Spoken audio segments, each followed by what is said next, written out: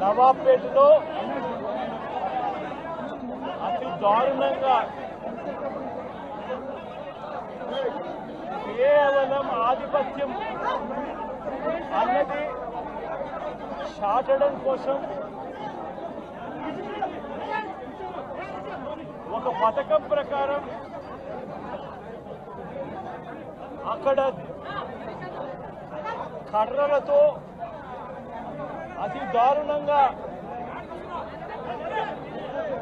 దాదాపుగా 20 మంది కలిసి కర్రలతో అతి పాశవికంగా కొడుతూ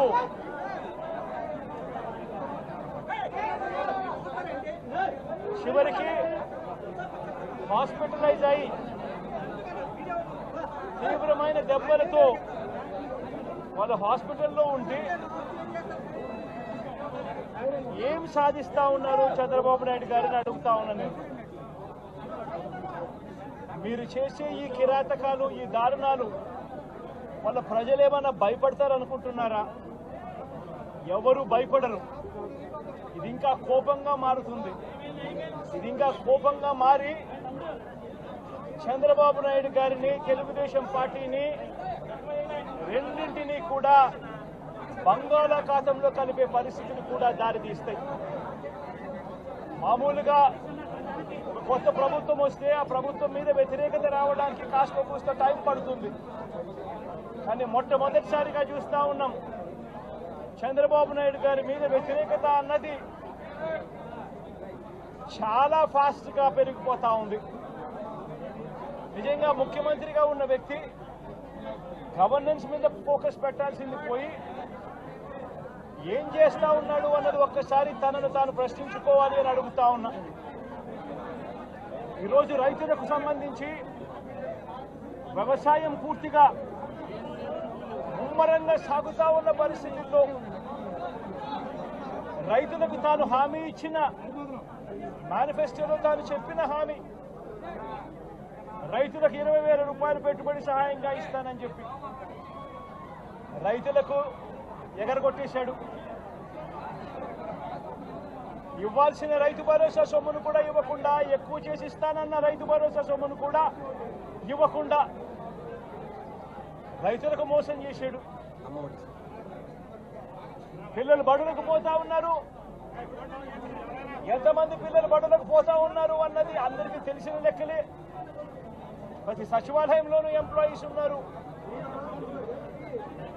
మండల ఎడ్యుకేషన్ ఆఫీసర్లు ఉన్నారు.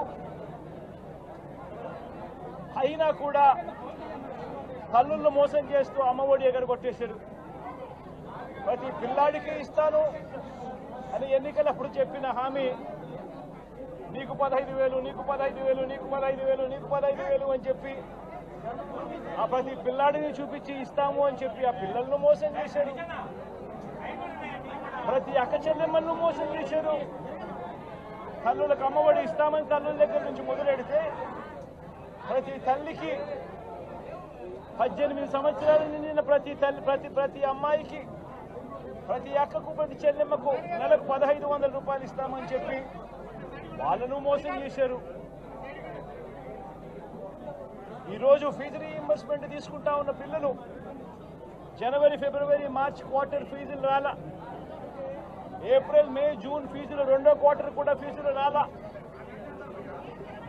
పిల్లలు చదువుకునేదానికి కూడా ఇబ్బంది పడే పరిస్థితిలోకి, ఫీజులు కట్టలేని పరిస్థితిలోకి కాలేజ్ యాజమాన్యాలు ఫీజులు అడుగుతా ఉన్న పరిస్థితిని ఈరోజు చూస్తా ఉన్నాం. పిల్లలకు వసతి దీవెన ఎగరగొట్టేశారు. అక్క చెల్లెమ్మలకు సున్నా వడ్డీ కూడా రావాల్సిన సున్నా వడ్డీ కూడా మామూలుగా ఏప్రిల్లో రావాల్సింది అది ఎగరగొట్టేశారు.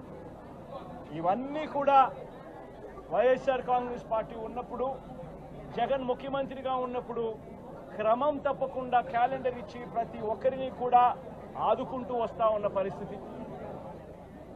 అమ్మఒడి అయితేనేమి, రైతు భరోసా అయితేనేమి, విద్యా దీవెన అయితేనేమి, వసతి దీవెన అయితేనేమి, సున్నా వడ్డీ అయితేనేమి, మత్స్యకాల భరోసా అయితేనేమి, ఇవన్నీ కూడా ప్రజలు మాకెందుకు ఇంకా ఇవ్వలేదు అని చెప్పి ప్రజలు అడుగుతా ఉన్నారు.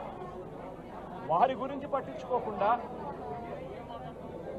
వారికి చేయాల్సిన మంచి గురించి పట్టించుకోకుండా స్కూళ్లను నిర్వీర్యం చేస్తూ, చదువులను నిర్వీర్యం చేస్తూ, హాస్పిటళ్లను నిర్వీర్యం చేస్తూ, చివరికి ఏ ఒక్కరూ కూడా మిమ్మల్ని ప్రశ్నించకూడదు అని, ఏ ఒక్కరూ కూడా రోడ్లెక్కకూడదు అని ఈ మాదిరిగా భయాందోళనను క్రియేట్ చేయాలనే ఉద్దేశంతో గ్రామ స్థాయి నుంచి మొదలెడింది. ప్రతి ఒక్కరికి కూడా మీ కక్షలు, మీ కార్పణ్యాలు మీరు తీర్చుకోండి అని చెప్పి గ్రీన్ సిగ్నల్ ఇస్తూ గ్రామ స్థాయి నుంచి ఈ భయానక వాతావరణాన్ని క్రియేట్ చేస్తా ఉన్నారు. ఆలోచన చేసుకోమని అడుగుతా ఉన్నా. మళ్ళీ చెప్తా ఉన్నా చంద్రబాబు నాయుడు గారికి, మీరు చేస్తా ఉన్నది తప్పుడు సాంప్రదాయం. ఇది గనక కొనసాగింది అని అంటే రేపు పొద్దున ఏం జరుగుతుంది అని అంటే, ఈరోజు మీ ప్రభుత్వం ఉంది, చాలా వేగంగా మీ ప్రభుత్వం కూడా తుడిచిపెట్టుకొని పోతుంది. ఆ తర్వాత మళ్ళీ మా ప్రభుత్వం వస్తుంది. ఆ తప్పుడు మా ప్రభుత్వం వచ్చినప్పుడు కార్యకర్తలు నేను వద్దు అని చెప్పినా కూడా వినకుండా ఆ కార్యకర్తలు చంద్రబాబు నాయుడు గారి తెలుగుదేశం పార్టీ వాళ్ళందరికీ కూడా బుద్ధి చెప్పే పరిస్థితి కూడా చంద్రబాబు నాయుడు గారు బీజం వేస్తా ఉన్నారు ఈరోజు. దయచేసి నేను చంద్రబాబు నాయుడు గారికి చెప్తా ఉన్నా, ఈ తప్పుడు సాంప్రదాయాలను ఇంతటితో ఆపండి. ఈ తప్పుడు సాంప్రదాయాలు పెద్దయ్యాయి, వృక్షాలైనాయి అనంటే ఆ తర్వాత ఆపడం ఎవరి చేత కాకుండా పోతుంది. ఇప్పటికే లా అండ్ ఆర్డర్ అనేది గాడి తప్పింది. ఇప్పటికే ఏం జరుగుతా ఉంది అన్నది మీకే తెలియకుండా కూడా జరిగేంత దారుణమైన పరిస్థితిలోకి ఈరోజు లా అండ్ ఆర్డర్ పోతా ఉంది. ఒక వైఎస్ఆర్సీపీ కార్యకర్తలే కాదు, వైఎస్ఆర్సీపీని అభిమానించే వాళ్లే కాదు, చివరికి మహిళల మీద కూడా అగత్యాలు పెరిగిపోయినాయి, చిన్నపిల్లల మీద కూడా అగత్యాలు పెరిగిపోయినాయి. ఇష్టం వచ్చినట్టుగా రౌడీజం పెరిగిపోయింది. ఇష్టం వచ్చినట్టుగా ఎవరికి బుద్ధి పుడితే వాళ్ళు చేస్తా ఉండే కార్యక్రమాలు జరుగుతూ ఉన్నాయి. లా అండ్ ఆర్డర్ పూర్తిగా గాడి తప్పిన పరిస్థితులు కనిపిస్తా ఉన్నాయి. ఇప్పటికైనా చెప్తా ఉన్నాను, హెచ్చరిస్తా ఉన్నాం, మరొకసారి కూడా చెప్తా ఉన్నాం. శుక్రవారం ఈ మధ్య కాలంలోనే జరిగిన ఇంకొక ఘటనలో ఏకంగా చంపేసిన ఘటన చూశాం నంద్యాలలో. శుక్రవారం నేను అక్కడికి కూడా పోతా ఉన్నాను. ఆ ఘటనను కూడా ఒకసారి రాష్ట్రం దృష్టికి, దేశం దృష్టికి కూడా తీసుకొని పోయే ప్రయత్నంలో భాగంగా అక్కడికి కూడా వెళ్ళి జరిగిన అగాత్యం, జరిగిన అన్యాయం అక్కడ కూడా హైలైట్ చేసే కార్యక్రమం కూడా చేస్తాం. ఖచ్చితంగా హైకోర్టు తలుపులు తడతాం, అవసరమైతే సుప్రీంకోర్టు తలుపులు కూడా తడతాం. ఇప్పటికే ప్రధాన రాజకీయ పక్షాలన్నింటికీ కూడా రాష్ట్రంలో జరుగుతా ఉన్న అన్యాయాల గురించి వివరించడం జరిగింది. ఇక హైకోర్టు, సుప్రీంకోర్టు గడపలు కూడా గట్టిగా వాళ్ళ తలుపులు కూడా కొట్టే కార్యక్రమాలు గట్టిగా చేస్తాం. రాష్ట్రంలో జరుగుతా ఉన్న ఈ అన్యాయాలు, ఈ ఆక్రందనల మీద ఎందుకు ప్రెసిడెంట్ రూల్ విధించకూడదు అని చెప్పి కూడా గట్టిగా వాళ్ళని అడిగే కార్యక్రమం కూడా చేస్తాం. గవర్నర్ గారిని కూడా ఈ విషయంలో కలగజేసుకోవాల్సిన అవసరం ఉంది అని చెప్పి కూడా గవర్నర్ గారిని కూడా ఈ సందర్భంగా విన్నపిస్తా ఉన్నాం. ఇవన్నీ కనీసం మీరన్నా సుప్రీంకోర్టు జడ్జిగా పనిచేశారు, కనీసం మీ సమక్షంలో మీరుండగానే ఇవన్నీ ఈ రాష్ట్రంలో జరుగుతూ ఉన్నాయి. దయచేసి మీరు కూడా కాస్తో కూస్తో చూసేసి ఉన్నట్టుగా పోకుండా మీరు గట్టిగా ఇన్వాల్వ్ కమ్మని చెప్పి గవర్నర్ గారిని కూడా ఈ సందర్భంగా విజ్ఞప్తి చేస్తా ఉన్నారు.